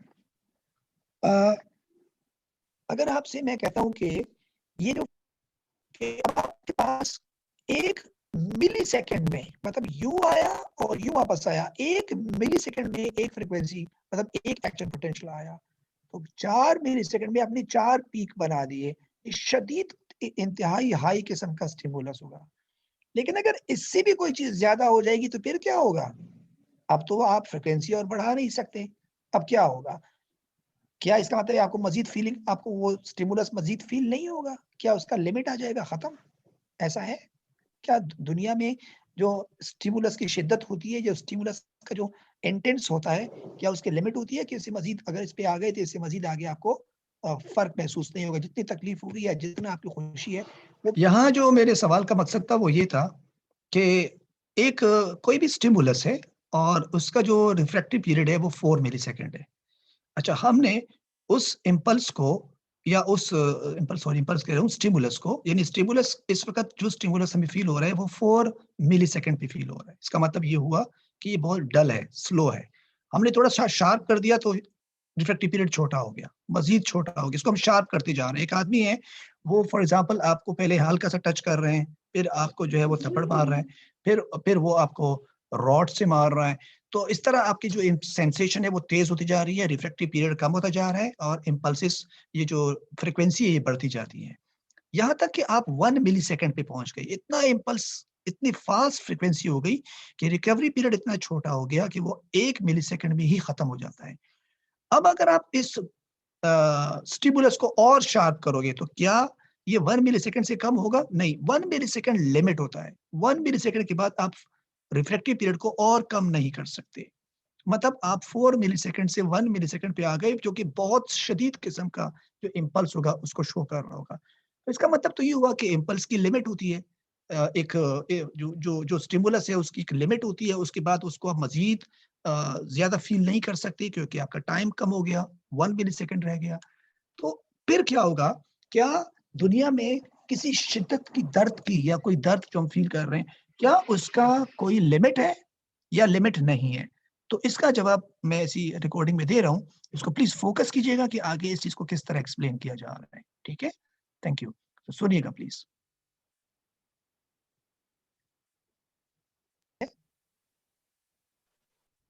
सर मेरे ख्याल से नहीं। तो फिर क्या होगा? मतलब ये है कि हम कहते हैं कि नहीं, इसकी कोई लिमिट नहीं है, इसको मज़ीद तो फिर कैसे बढ़ाएँगे? हम अगर अगर एक बंदे को आपने डंडों से मारना शुरू किया, रॉड से मार रहा है उसको, और उसकी सेंसेशन जो है बिल्कुल लास्ट पे आ गई, तो आप इससे ज्यादा क्या उसको तकलीफ दे सकते हैं? मतलब और स्टिमुलस की फीलिंग कैसी होगी, शार्पनेस की फीलिंग कैसी होगी? तो एक चीज मैं आपको और बता देता हूँ बेटा, कि ये जो रिफ्रैक्टिव पीरियड है ना, वाकई में इसकी एक लिमिट होती है। मैं बताऊं कि बाज़ औक़ात कभी आपने गौर किया है, कभी सोचा है कि जैसे अगर आपके हाथ में, उंगली में, पैर पे कोई तकलीफ हो, दर्द हो, या कोई आपकी सर्जरी हो रही है कोई छोटी-मोटी, और आप उसको इसको खुरेच रहे हैं किस चीज़ से, तो आप क्या करते हो? आप कोई सॉलिड चीज़ जाके या तो दाँतों में चबा देते हो, या अपने स्किन को किसी दूसरे पार्ट को दाँतों से दबाते हो ताकि उस दर्द का एहसास कम हो जाए। बेसिकली आप क्या करते हैं, अपना जो साइकोलॉजिकली अपनी जो पेन की डाइवर्सिटी है उसको चेंज कर रहे हो, उसको दूसरी तरफ लेके जा रहे हो। तो आपको वो पेन जो है वो फिर कम फील होता है।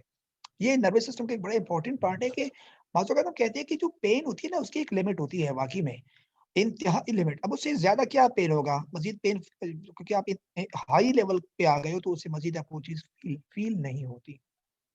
तो अब मैं इसको यूँ समझा देता हूँ कि अगर फ्रीक्वेंसी, फॉर एग्ज़ाम्पल, अ, इस रिफ्रैक्टिव पीरियड के मैं 2 किस्में बताऊँगा आपको। एक को हम कहेंगे रिलेटिव रिफ्रैक्टिव पीरियड। क्या कहोगे? Relative refractive period. और एक को कहोगे एब्सोल्यूट रिफ्रैक्टिव पीरियड। क्या फ़र्क है दोनों में? एब्सोल्यूट और रिलेटिव में ये होता है कि आप रिफ्रैक्टिव पीरियड को 5 से 4 पे लेके आ गए, 4 पे 3 पे लेके आ गए, 3 से 2 पे लेके आ गए, 2 से 1 पे लेके आ गए, 1 मिलीसेकंड पे लेके आ गए। ये पूरा का पूरा रिलेटिव रिफ्रैक्टिव पीरियड था। विद रिस्पेक्ट टू पेन आप इसकी फ्रीक्वेंसी को कम ज़्यादा कर रहे हो, यानी कम टाइम कम कर रहे हो। 5 से 4 पे, 4 से 3 से 3 पे 2 पे। मतलब ये हुआ कि आप क्या कर रहे हो? आप बेसिकली टाइम कम कर रहे हो और फ्रीक्वेंसी बढ़ा रहे हो। ये पूरा का पूरा रिलेटिव था। लेकिन जब आप 1 मिलीसेकंड पे पहुंच जाते हो तो बायोलॉजी मेडिकल साइंस कहते हैं कि 1 मिलीसेकंड से मजीद टाइम कम नहीं हो सकता, क्योंकि जितने चैनल्स यहाँ पे खुलते हैं और जितनी जल्दी से फिर वो बंद होंगे, उसके लिए मिनिमम जो टाइम चाहिए होता है वो कम से कम 1 मिलीसेकंड तो लाजमी है। अगर कितने भी तेजी से खोलें और कितनी भी तेजी से बंद करें और रिस्टोर करें, तब भी 1 मिलीसेकंड लगता है। तो 1 मिलीसेकंड के अंदर चूंकि मजीद चेंजेस नहीं हो सकते, वो कहलाएगा एब्सोल्यूट रिफ्रैक्टिव पीरियड। तो जब आप किसी चीज की स्टिमुलस को I mean sharpness of the stimulus बढ़ाएंगे, तो आप बेसिकली क्या करते हो, रिलेटिव रिफ्रैक्टिव पीरियड को कम कर रहे हो, कम कर रहे हो, कम कर रहे हो, कम कर रहे हो, कम कर रहे हो, यहाँ तक कि आप एब्सोल्यूट पे पहुंच गए। अब आप इसको मजीद कम नहीं कर सकते। ये जो भी आपको स्टिमुलस की शार्पनेस फील हो रही है, वो अपनी पीक पे आ गई। अब अगर मैं मजीद वो शार्पनेस बढ़ाऊंगा, मजीद आपको वो स्टिमुलस तेज करूंगा, तो फिर क्या होगा? अब तो कुछ हो नहीं सकता।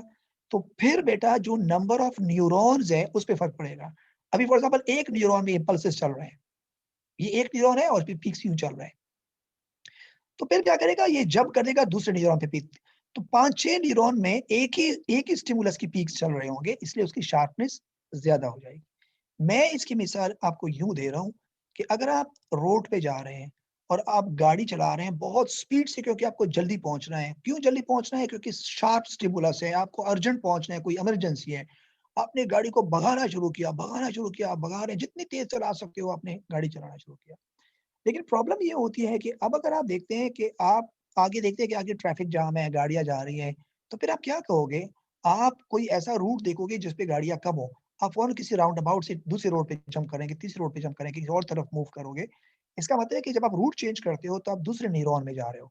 इसलिए बाज़ का स्टिमुलाई जो है वो एक न्यूरॉन से चलते-चलते जो साइनैप्स होता है उससे बहुत सारे न्यूरॉन पे इम्पल्सेस स्प्रेड कर देते हैं। जितने ज़्यादा इम्पल्सेस 1 सेकंड में ट्रैवल कर रहे हो और वो एक ही ऑर्गन की तरफ जा रहे हो, इसका मतलब है कि वो इम्पल्स जो है वो बहुत ज़्यादा शार्प है।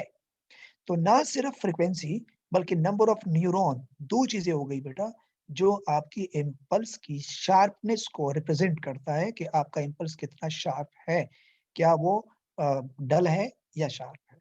मेरे ख्याल में आप लोग मेरी बातें समझ रहे हो?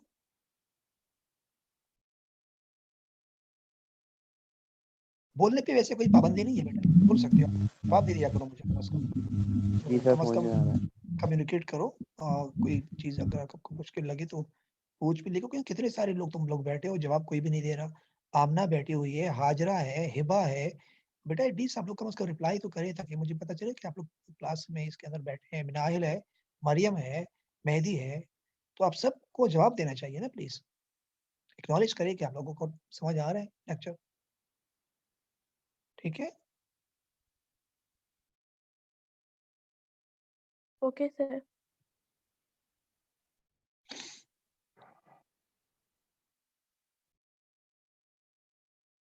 अच्छा, चलिए। तो अब ज़रा रिफ्रैक्टिव पीरियड पढ़ लेते हैं, आपको चीज़ समझ में आ गई है। रिफ्रैक्टिव पीरियड अब देखिए please. When an action potential when an action potential has just occurred at a section of the axon, there is a short period of time when a second action potential cannot be generated or fired at the same point. उसी जगह पे दूसरा action potential generate नहीं हो सकता. This is called the refractive period. It occurs, ये क्यों होता है? Because the sodium ion channels are closed, वो ऊपर से close होना शुरू हो गए, and cannot be stimulated to reopen immediately. फौरन नहीं खोल सकते, उसको थोड़ा टाइम लगेगा, पहले वो एक्टिव होके फिर खोलेंगे. The membrane cannot be depolarized. Of course, यहाँ पे जब action potential नहीं होगा तो membrane depolarize कैसे होगा? And a new action potential cannot be formed. The refractive period has two important consequences. इसके दो बड़े नताइज निकलेंगे, दो consequences होंगे अगर ये polarize वो है refractive period है तो. It imposes an upper limit on the frequency of the nerve impulse. यानी आपकी जो फ्रीक्वेंसी होती है इम्पल्स की जो यहाँ से गुजर रही है उसके ऊपर एक लिमिट रखेगा। आई मीन अगर वो कह रहे हैं कि 4 to 8 मिलीसेकंड का टाइम है और इस 4 to 8 मिलीसेकंड में बहुत डाइवर्सिटी है, यानी फ्रीक्वेंसी बढ़ सकती है, कम हो सकती है। 8 मैक्सिमम है, 8 से वापस आएंगे तो फ्रीक्वेंसी आपको बढ़ती जाएगी और यहाँ तक कि अगर आप 1 मिलीसेकंड पे पहुंचते हैं तो अब आप आपने आपने आपने फ्रीक्वेंसी के ऊपर एक बैन लगा दिया कि बस अब फ्रीक्वेंसी और नहीं बढ़ सकती, क्योंकि आप 1 मिलीसेकंड जितना मिनिमम टाइम कर सकते थे। तो ये फ्रीक्वेंसी को क्या करते हैं, एक लिमिट में रखता है, मजीद नहीं बढ़ सकती। और फिर आप नंबर ऑफ न्यूरॉन की तरफ मूव करते हो, क्योंकि ज्यादा फ्रीक्वेंसी हो ही नहीं सकती, हर चीज की एक लिमिट होती है ना।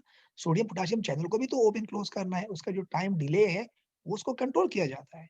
सो because the reflective period last for approximately 4 to 8 millisecond. 4 to 8 इसलिए लेके ये नॉर्मल सर्कमस्टांसेस है, from species to species variable होती है। लेकिन अगर आप ह्यूमन बीइंग की बात करें तो उसके अंदर 8 में भी हो सकती है, इसलिए कि बहुत लाइट स्टिमुलस हो तो 8 में भी जा सकती है, और अगर बहुत ही शार्प हो तो मैक्सिमम 1 पे जा सकती है, ऐसे नहीं। It limits the upper number of impulses that can pass, ठीक है, ये हो गया। उसके बाद it ensure that nerve impulse can only pass in one direction along an axon.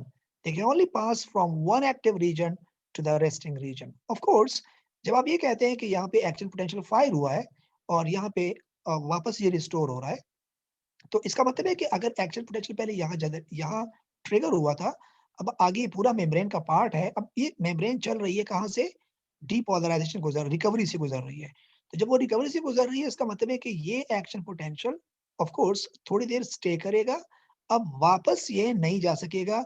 ऐसा नहीं कि ये डबल बैक हो, जब एक जगह स्टिमुलस आएगा तो उसकी मूवमेंट एक ही तरफ होगी। ये मैं आपको अभी समझाऊंगा। शायद ये सेकंड पॉइंट थोड़ा सा आपको मुश्किल लग रहा होगा, लेकिन जब क्योंकि आपने एक टॉपिक पढ़ा नहीं है, कंडक्शन ऑफ इम्पल्स, जब वो पढ़ाऊंगा तो आपको ये चीज समझ में आ जाएगी। अच्छा, बहरहाल खैर,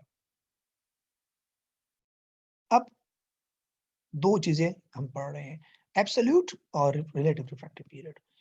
अच्छा, this is the time during which another stimulus given to the neuron, no matter how strong, चाहे वो कितना ही strong क्यों ना हो, will not lead to a second action potential. दूसरा action potential ये generate ही नहीं कर सकता, चाहे वो आपका जो stimulus है वो कितना ही sharp क्यों ना हो, क्योंकि इस वक्त आप maximum frequency पे आ चुके हो, -1 millisecond पे आ चुके हो, ये absolute है। This is because sodium channels are inactivated during this time, यानी वो inactive है सारे sodium channels, आपको पता है। Additional depolarizing stimuli do not lead to new action potential. The absolute refractive period takes about 1 to 2 millisecond. ये variable नहीं है, ये fix होता है 1 to 2। सिर्फ फर्क ये है कि species to species है, कुछ species ऐसी होती है जिसमें ये 2 मिलीसेकंड तक होता है, मेजोरिटी में ये 1 तक होता है, ठीक है। अच्छा, उसके बाद है हमारे पास relative refractive period.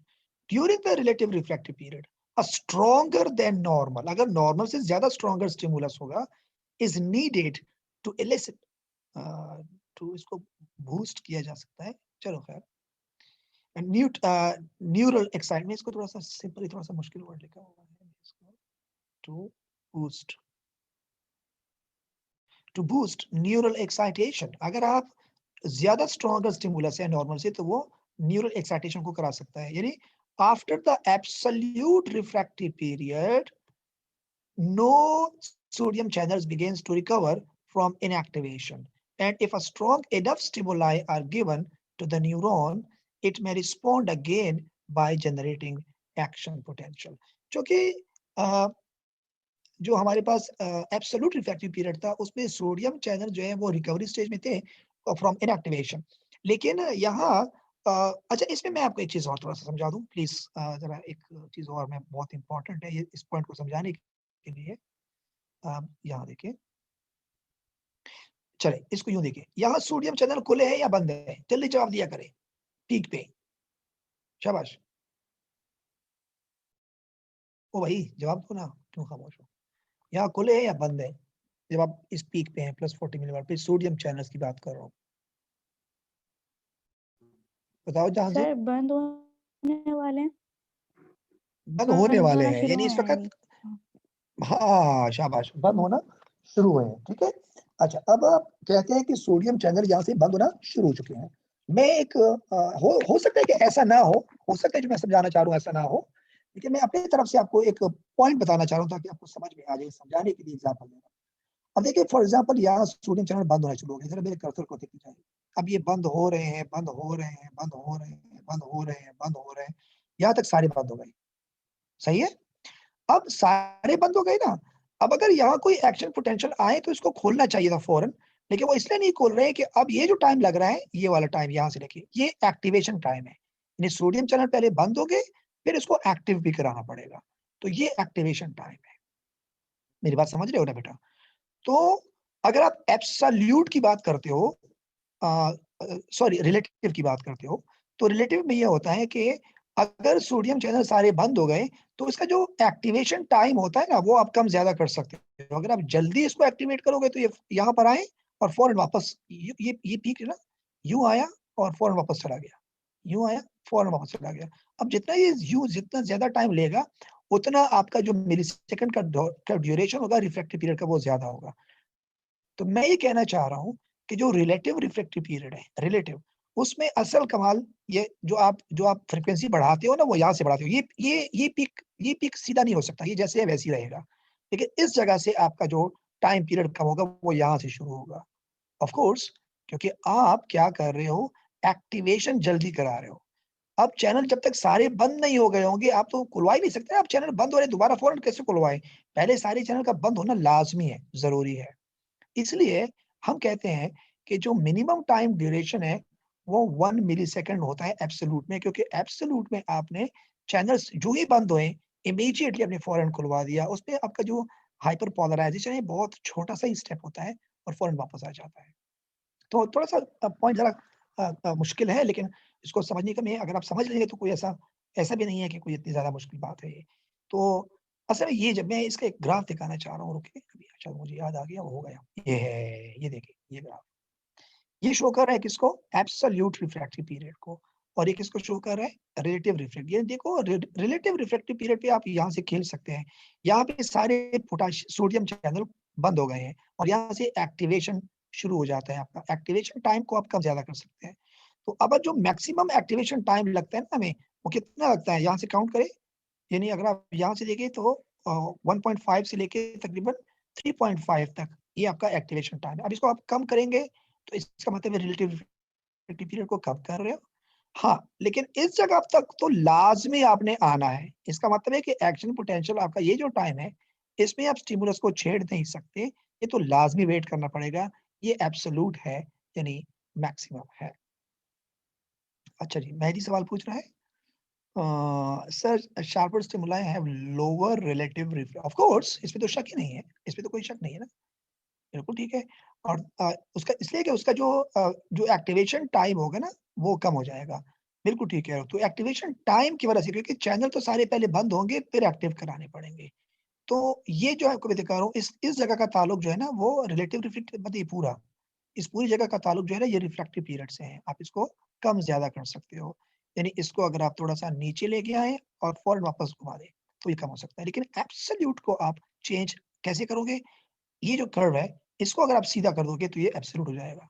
इस कर्व को अगर आप सीधा करोगे तो ये एब्सोल्यूट हो जाएगा, क्योंकि देखिए ना अभी इसको यहाँ पर है, इसको अगर मैं यहाँ ले तो ये थोड़ा सा फास्ट हो जाएगा। लेकिन इस टाइम ड्यूरेशन को अगर आप चेंज करेंगे तो ये रिलेटिव है। मेरे ख्याल में अब आप मेरी बात समझ रहे हो, ठीक है। तो ये हो गया आपका रिलेटिव रिफ्रैक्टिव पीरियड और एब्सोल्यूट रिफ्रैक्टिव पीरियड, और ये आपका हो गया एक्शन पोटेंशियल। चलिए जी, थोड़ा सा 1 मिनट का मुझे ब्रेक दे दीजिएगा, मैं वेट कर रहा हूँ। बल्कि 1 मिनट नहीं, मुझे कम से कम 3 से 4 मिनट का ब्रेक चाहिए। मैं थोड़ा वुज़ू बनाऊँ जब तक आप लोग सोचें इस टॉपिक पे, और कुछ सवाल ज़हन में हो तो उसको गैदर कर लें और मुझसे शेयर कर लें प्लीज़। सर ये पीडीएफ व्हाट्सएप पे सेंड कर देगा। ठीक है बेटा, सेंड कर दूँगा।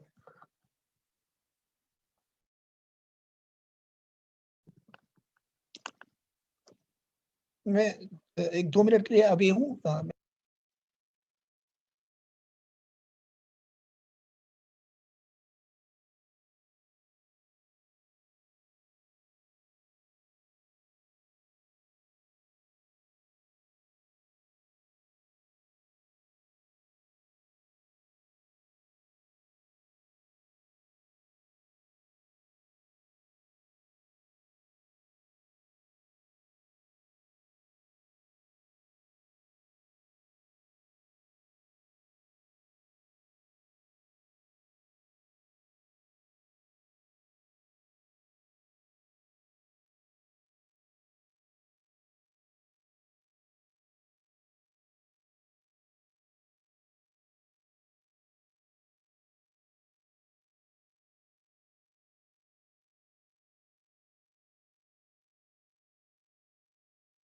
हो रहे हैं, बंद हो रहे हैं। का ताल्लुक जो है ना वो रिलेटिव रिफ्लेक्टिव, मतलब ये पूरा इस पूरी जगह का ताल्लुक जो है ना ये रिफ्लेक्टिव पीरियड से है। आप इसको कम ज्यादा कर सकते हो।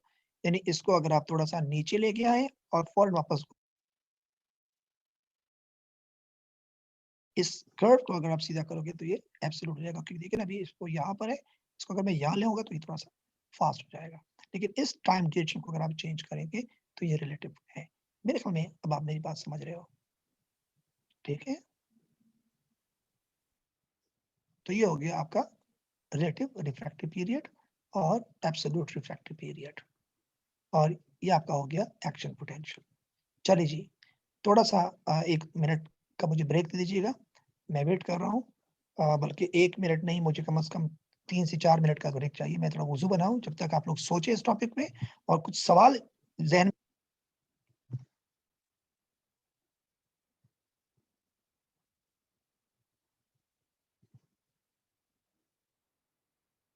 चले, चलना शुरू हो गई है, सॉरी।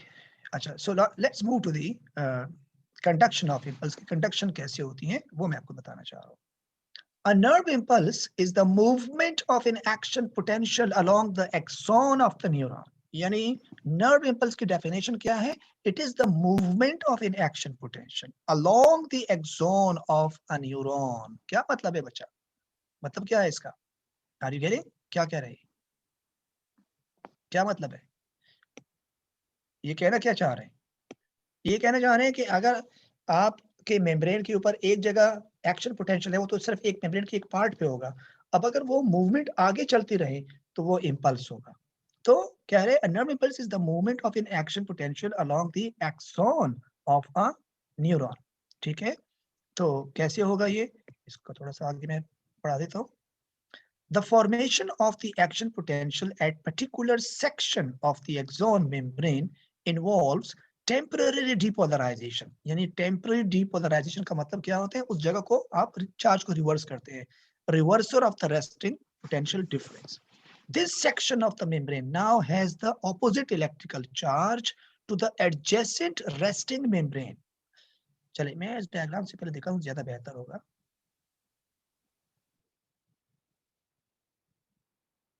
अच्छा, वापस उस डायग्राम पे आ गए। अब देखिए क्या हो, क्या रहा है बेटा। यहाँ एक एक्शन पोटेंशियल ट्रिगर हुआ और इस एक्शन पोटेंशियल की वजह से साइटोप्लाज्म, यहाँ पर मेरा कर्सर देखे, यहाँ पॉजिटिव हुआ। सिर्फ इस जगह एक्शन पोटेंशियल है इस वक्त, सिर्फ इस जगह। बाकी देखिए, इधर देखिए नेगेटिव है, इधर भी नेगेटिव है, क्योंकि यहाँ स्टिमुलस आया है। ठीक है, और ये पीक शो कर रहा है कि यहाँ पॉजिटिव हुआ है।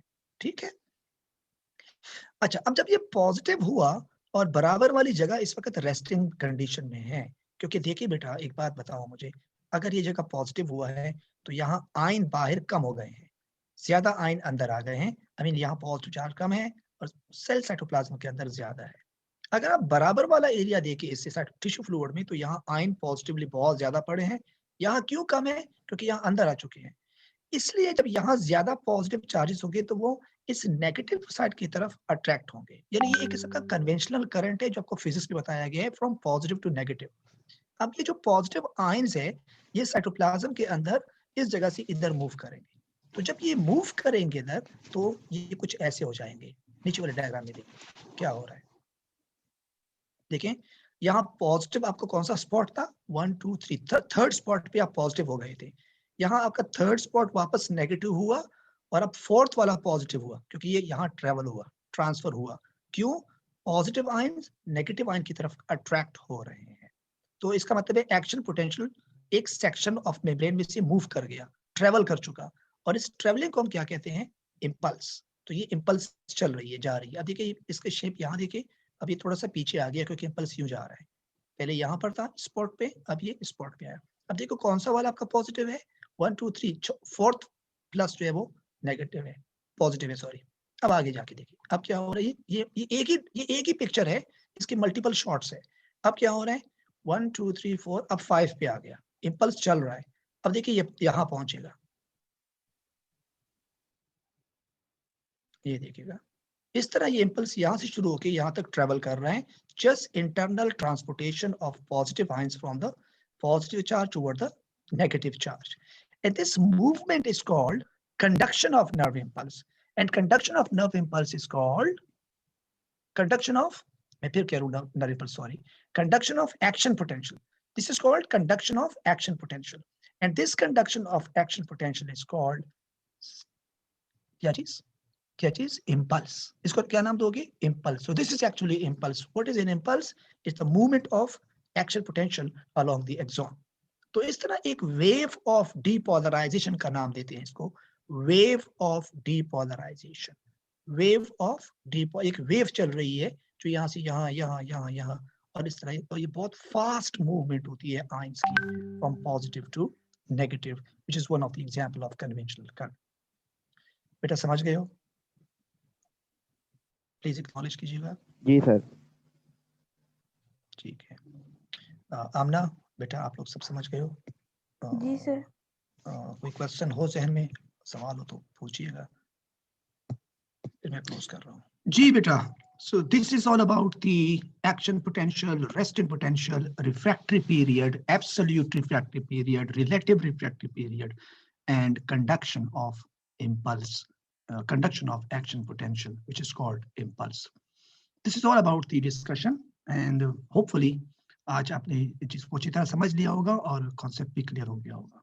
थोड़ा सा मुझे बता देंगे आप लोग, एक्नॉलेज कीजिएगा कि आप लोगों को समझ आ गया आज का ये टॉपिक। फरवा स्पेशली आप, और यूशा, तलहा, फरदान, मुश्कबार एंड एना, असना। जी मुश्कबार।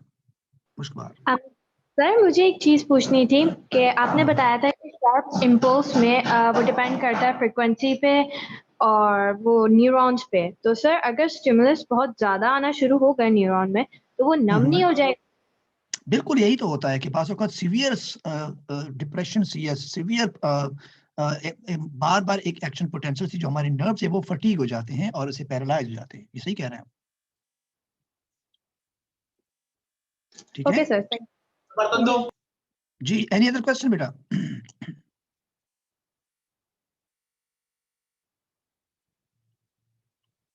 क्लियर है, कोई कंफ्यूजन नहीं?